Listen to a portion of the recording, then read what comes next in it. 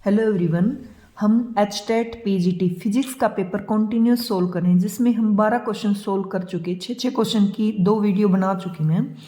तो next question देखिए आज। The fundamental frequency of close organ pipe is equal to fundament frequency of first overtone of open organ pipe. ये एक relation दे रखा है, ये कह रहा है जो क्लोज ऑर्गन पाइप है ना उसकी तो फंडामेंटल फ्रीक्वेंसी और ओपन ऑर्गन पाइप है उसकी फर्स्ट ओवरटोन फ्रीक्वेंसी दोनों आपस में इक्वल है। ये एक रिलेशन दिया इसने। नेक्स्ट क्या दिया, ऑर्गन पाइप की जो ओपन है उसकी लेंथ दे दी इसने 60 सेंटीमीटर और लेंथ जो है क्लोज पाइप की सेंटीमीटर में हमें निकालनी है। तो ये 11th क्लास का टॉपिक है, बीट जो टॉपिक है वहाँ से ये क्वेश्चन। तो पहले मैंने कुछ इंपॉर्टेंट फॉर्मूले लिखे हैं ताकि फर्स्ट ओवरटोन या फिर फंडामेंटल फ्रीक्वेंसी अगला चेंज करके दे तो कौन सा फॉर्मूला अप्लाई करेंगे। तो देखो, फंडामेंटल फ्रीक्वेंसी होती क्लोज ऑर्गन पाइप की, वो होती V/4L। ठीक है, फर्स्ट ओवरटोन की निकालेंगे तो हो जाएगी 3 ऑफ V1, मतलब फंडामेंटल फ्रीक्वेंसी की 3 गुना फिर 5 गुना ऐसे सीरीज चलती है। और मेन फॉर्मूला ये होता है, जो मेन फॉर्मूला फ्रीक्वेंसी का 2n - 1 V/4L। n की वैल्यू 0 1 2 3 रखेंगे। देखो 0 रखो, 2 में से नहीं, 0 से स्टार्ट नहीं होगा, ये 1 से स्टार्ट होगा।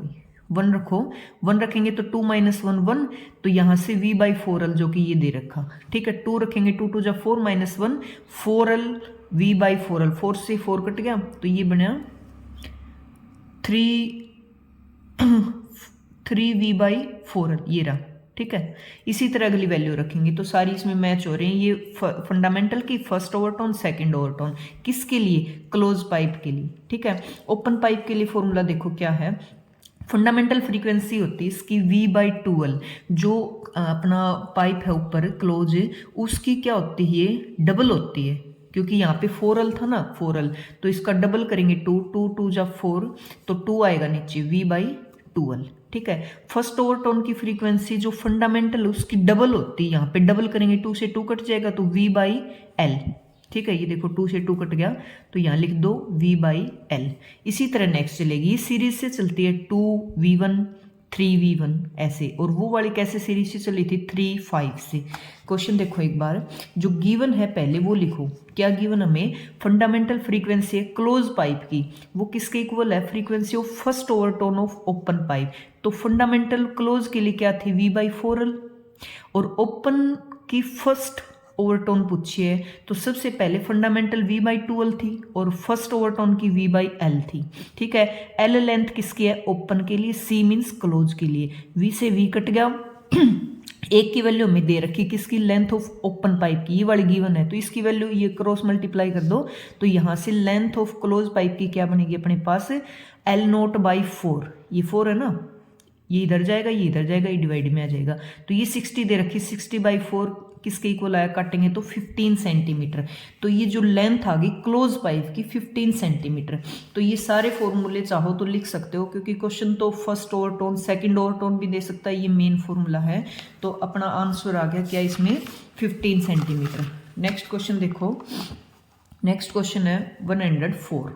ठीक है, क्या दे रखा है इसमें देखो, A long cylinder has a charge density which is proportional to distance from the axis rho is equal to alpha r। ये कह रहा है भाई जो डेंसिटी है ना उसका r के रिलेशन, r की फॉर्म में एक रिलेशन दे रखा है अल्फा r।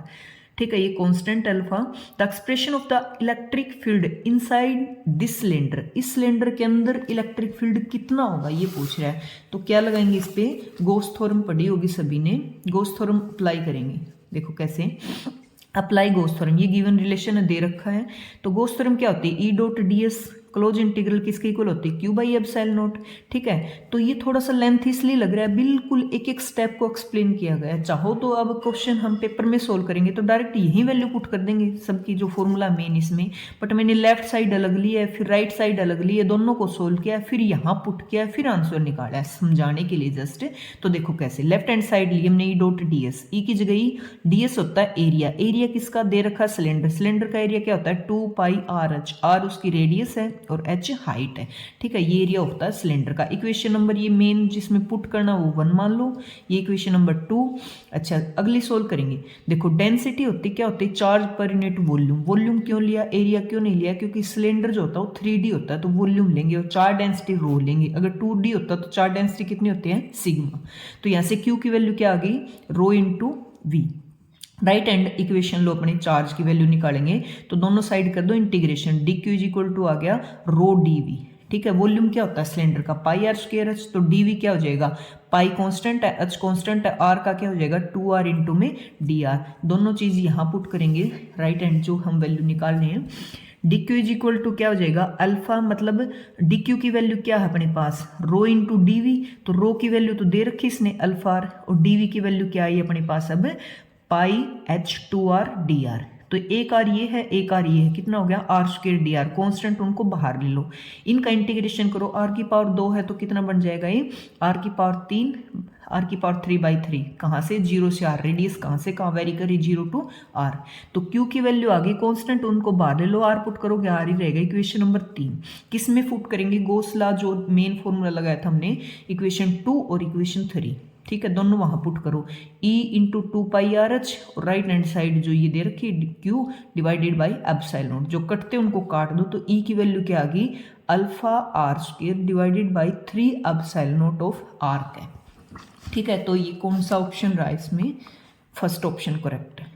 नेक्स्ट क्वेश्चन देखो, the distance cover by a body before coming to rest, rest में आने से पहले, मतलब वो रेस्ट में आएगी तो उसकी फाइनल वेलोसिटी कितनी होगी 0। If it is move with a velocity of 15 metre per second, तो इनिशियल वेलोसिटी दे रखी इसने 15 metre per second, and the coefficient of friction between the surface and the body 0.45, surface और बॉडी के बीच में कोफिशिएंट ऑफ फ्रिक्शन होता है वो कितना दे रखा है 0.45, जी की वैल्यू हमें 10 लेनी है और डिस्टेंस कितनी कवर करेगा वो हमें निकाल। तो देखो कैसे, पहले जो चीजें गिवन है वो रखो, इसने क्या दे रखी है इनिशियल वेलोसिटी दे रखी 15 मीटर पर सेकेंड, बाद में वो रेस्ट में होगा तो फाइनल वेलोसिटी हो जाएगी 0, न्यू से ही रिप्रेजेंट कर लो, ये वैसे u है ये न्यू है, न्यू क्या होता है यहाँ पे कोफिशिएंट ऑफ फ्रिक्शन कितना दे रखा है 0.45, डिस्टेंस है वो हमें निकालनी है। तो कौन सा फॉर्मूला लगाओगे, देखो F इज इक्वल टू होता है एक तो एम, अब कोफिशिएंट ऑफ फ्रिक्शन दे रखा तो सीधी सी बात है इसका फॉर्मूला लगेगा, और ये 11th क्लास में आता है टॉपिक, क्या आता है F is equal to mu N, ठीक है।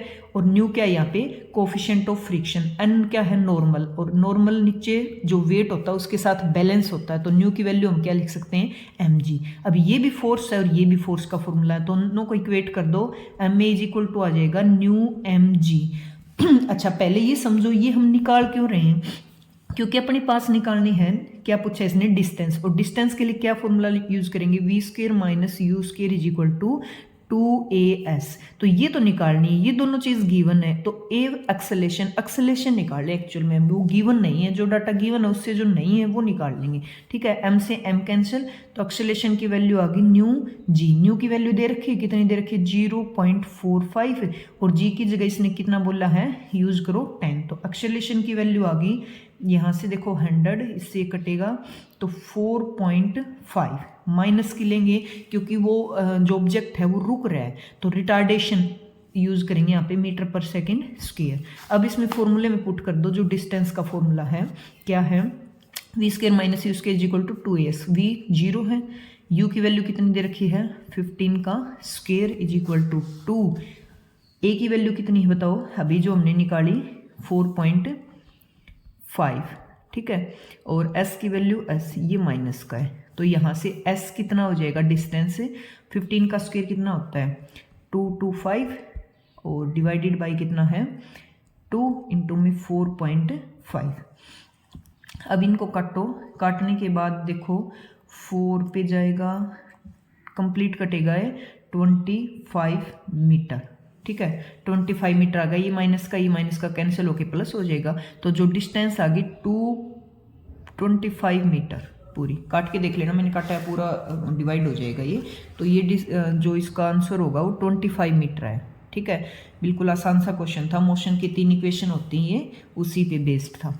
नेक्स्ट क्वेश्चन देखो, a source of light 6 centimetre high, high means height दे रखी है, ठीक है, सोर्स ऑफ लाइट ऑब्जेक्ट की, is located 60 centimetre from the concave mirror, concave mirror से इतनी दूरी पे रखा गया, मतलब यू की वैल्यू दे रखी है, whose focal length is 20 centimetre, focal length भी दे रखी है, the nature size and location पूछ रखी है, कहाँ पे उसको रखा गया, इमेज की, इमेज से रिलेटेड नेचर बताना, किस नेचर की होगी, इन्वर्टेड है, रियल है, साइज किस साइज की, मतलब हाइट बतानी है जो इमेज बनी, और वी की वैल्यू बतानी, कितनी दूरी पे हमारा वी जो है वो मिला। तो देखो कैसे सोल्व करेंगे इसको। ये क्वेश्चन नंबर रहेगा 106 का। जो चीज़ें पहले गिवन है वो रखो। क्या गिवन है, source of length 6 centimetre high, तो एच की वैल्यू दे रखी है 6 सेंटीमीटर, ठीक है, यू की वैल्यू दे रखी है 60 सेंटीमीटर, और फोकल लेंथ दे रखी है इसने 20 सेंटीमीटर, और वी हमें निकालना है। क्या दे रखा है इसमें, कनकेव मिरर दे रखा है। कनकेव मिरर कैसा होता है, ऐसे, ठीक है, जिसका सेंटर पॉइंट कहाँ मिलेगा, लेफ्ट साइड, तो इसकी फोकल लेंथ होती है वो भी नेगेटिव होती है, यू ऑब्जेक्ट डिस्टेंस होती है वो भी नेगेटिव होती है, ठीक है। और इसमें क्या दे रखा है, कुछ नहीं दे रखा, तो सीधा जब मिरर है तो सीधी सी बात है, क्या लगाएंगे, हमें मिरर फॉर्मूला लगाएंगे। मिरर फॉर्मूला क्या होता है, 1/f is equal to 1/v minus 1/u, तो v निकालना, इसको इस साइड रख लो, इसको इधर ले जाओ, 1/f प्लस में 1/u, नहीं ये तो लेंस फॉर्मूला लगा दिया हमने, मिरर फॉर्मूला तो प्लस होता है, तो ये इधर जाएगा तो ये माइनस हो जाएगा। माइनस किस में आता है, लेंस फॉर्मूला में। मिरर फॉर्मूला क्या होता है, 1/f is equal to 1/v plus 1/u, ठीक है। अब इसको इधर लेके गए माइनस, तो फोकल लेंथ की वैल्यू रखो, फोकल लेंथ दे रखी है 20, माइनस रखेंगे, और u की वैल्यू कितनी दे रखी है 60, माइनस रखेंगे, तो ये इधर ही कर लेते हैं सोल्व, प्लस का हो जाएगा 1/60, ठीक है। एलसीएम आया 60, 3 माइनस 3 प्लस में 1, ये बना -2/60, काट दो 1/30, तो 1/v की वैल्यू कितनी आई, माइनस का 1/30, तो v की वैल्यू कितनी हो जाएगी, v की वैल्यू हो जाएगी 30 सेंटीमीटर माइनस का। अच्छा, अब क्वेश्चन था अपने पास, उसमें जो ये फोकल लेंथ थी, u की वैल्यू थी पॉजिटिव दे रखी थी, मतलब मैग्नीट्यूड यूज करते हैं, हमें डायरेक्शन नहीं दिखाते। अब पता ही है कनकेव मिरर है तो ये चीज़ नेगेटिव होती है, तो यहाँ पे माइनस साइन में आया, माइनस साइन इंडिकेट कर रहा है कि उसका नेचर क्या है, ठीक है, रियल है, इन्वर्टेड है, उल्टी बनेगी ना, माइनस साइन है तो, माइनस साइन है तो उल्टी बनेगी, तो सिर्फ हम मैग्नीट्यूड लेंगे तो v की वैल्यू आ गई यहाँ पे 30 सेंटीमीटर, हमें उसकी लेंथ वो डिस्टेंस बताने की, पोल से वो कितनी दूरी पे बनी 30 सेंटीमीटर पे, ठीक है। नेक्स्ट इसने पूछा भी उसकी हाइट भी बताओ, तो मैग्निफिकेशन का फॉर्मूला होता है मिरर के लिए -v/u is equal to h'/h, h' क्या है यहाँ पे, इमेज हाइट, h क्या है, ऑब्जेक्ट हाइट, सबकी वैल्यू रखो, हमें क्या निकालना है, h' इज इक्वल टू क्या हो जाएगा, इधर जाएगा -v/u और h, v कितना है 30, तो -30, u कितना दे रखा है इसने 60, और h कितना दे रखा है 6, इससे कटेगा 10, तो मैग्निफिकेशन आ गया -3 सेंटीमीटर, ठीक है। तो हमारी माइनस साइन इंडिकेट कर रही है रियल है, और जो है इमेज वो कितनी कैसी बनेगी, इन्वर्टेड बनेगी। दो चीज़ें पूछी थी इसमें क्वेश्चन में, देखो रियल इन्वर्टेड, -3 सेंटीमीटर क्या आया उसका हाइट, और 30 centimetre image distance from the pole. तो इस तरह से हम क्वेश्चन सीधा डायरेक्ट फॉर्मूला यूज करके मिरर फॉर्मूला और निकाल सकते हैं, ठीक है। तो नेक्स्ट क्वेश्चन देखिए हमारा, Which of the following pair has the same isospin and strangeness value? इनमें से पेयर दे रखे हैं दो के, और ये पूछ रहा है भी दोनों की आइसोस्पिन सेम हो और स्ट्रेंज, ये एमएससी टाइप का क्वेश्चन है, एमएससी से लिएगा, 12th में नहीं है इतना कंसेप्ट है। तो देखो स्ट्रेंजनेस होती ना, वो न्यूट्रॉन और प्रोटॉन की 0 होती है, मतलब दोनों की सेम होती है। और क्या पूछे इसने, आइसोस्पिन, आइसोस्पिन में जो एल की वैल्यू होती है प्रोटॉन और न्यूट्रॉन के लिए 1/2 होती है, जो इसका थर्ड कंपोनेंट होता है आइजेंड वो ±1/2 होता है, बट इसने क्या पूछा है, सिर्फ आइसोस्पिन ये बड़ा कंपोनेंट, तो दोनों की वैल्यू यहाँ पे सेम होती है, तो इसका ऑप्शन होगा ये न्यूट्रॉन और प्रोटॉन, क्योंकि इसमें एल की वैल्यू 1/2 होती है दोनों की, ठीक है, बाकी मैच नहीं हो रही। नेक्स्ट देखो, ये तो जस्ट बेसिक कंसेप्ट का क्वेश्चन था। A particle is moving 3 times as fast of electron, रख लेते हैं साथ साथ इसकी वैल्यू जो जो चीज दे रखी है। देखो इसने क्या बोला, ए पार्टिकल इज मूविंग 3 टाइम, एक कोई भी पार्टिकल है भाई, वो मूव कर रहा है 3 time of velocity of electron, electron से तो इधर मल्टीप्लाई करेंगे, ये चीज़ गिवन है एक तो, ठीक है। नेक्स्ट क्या कह रहा है, देखो the ratio of de Broglie wavelength of the particle to the electron, de Broglie wavelength particle to electron given है 1.813 10 टू द पावर -4। तो वो कौन सा पार्टिकल होगा, देखो दो चीज़ें दे रखी है अपने को, तो यहाँ पे सोल्व करो, कैसे सोल्व करेंगे। एक तो रिलेशन दे दिया, एक डी ब्रोगली वेवलेंथ दे दी। तो डी ब्रोगली वेवलेंथ होती क्या है, h/p। h क्या है यहाँ पे, प्लांक कांस्टेंट, p क्या है यहाँ पे, मोमेंटम। इसको और खोल लो, p की वैल्यू क्या रख सकती हूँ मैं, mv मास इनटू वेलोसिटी, ठीक है। अब दोनों का रेशियो दे रखा है, तो ये रेशियो की फॉर्म में लिखेंगे हम ऐसे। तो पार्टिकल का h/m मास ऑफ, ऊपर पार्टिकल है ना, particle velocity of particle into में ये ऊपर चला जाएगा तो मास ऑफ इलेक्ट्रॉन और velocity of electron divided by h, ठीक है। जस्ट हमने इसको, और ये चीज़ें, ये वाली वैल्यू अपने को गिवन ही है, h से h कैंसिल हो गया, तो इसकी वैल्यू कितनी दे रखी है अपने को 1.813 10 टू द पावर -4, ठीक है। आगे वैल्यू रखो जो चीज़ दे रखी है अपने को। एक रिलेशन और भी दे रखा था, ये रहा वेलोसिटी ऑफ पार्टिकल और वेलोसिटी ऑफ इलेक्ट्रॉन। अपने पास इलेक्ट्रॉन ऊपर है तो इसका रिलेशन निकालो। अबे देखो velocity of electron by velocity of particle, इधर लेके जाऊंगी 3, इधर जाएगा 1/3। तो ये रहा velocity of electron to velocity of particle, इसकी जगह मैंने रख दिया 1/3। और क्या बच गया अपने पास, मास ऑफ इलेक्ट्रॉन, और नीचे बच गया मास ऑफ वो पार्टिकल, ठीक है। तो अब अपने को निकालना क्या, देखो पार्टिकल निकालना है। इलेक्ट्रॉन का मास हमें पता है कितना होता है, मास ऑफ इलेक्ट्रॉन कितना होता है 9.1 10 टू द पावर -31 kg होता है। तो इसकी वैल्यू रख दो 1.813 10 to the power -4 is equal to 1/3 into mass of electron रख दो 1.1 10 टू द पावर -31 और मास ऑफ पार्टिकल।